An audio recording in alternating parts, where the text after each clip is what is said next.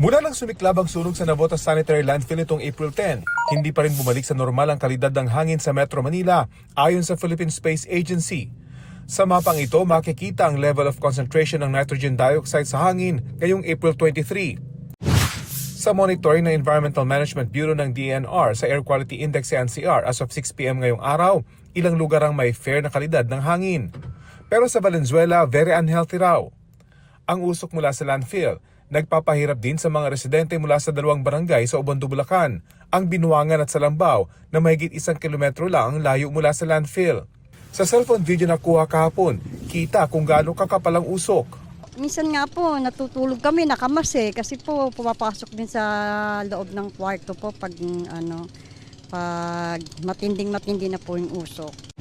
Posibleng ipatupad ang forced evacuation kung lumabas na mataas ang toxin sa blood test results ng mga residente. Ang tanong saan dadalhin yung tao? Paano gagawin namin kung lilikas? Ang dapat po yata siguro, bago isipin yung paglikas, isipin muna kung paano maaapula yung apoy, yung usok. Nagtayo na ang Health Department ng Field Hospital sa Obando. Ang sitwasyon dyan, hindi nalalayo sa Daet Camarines Norte.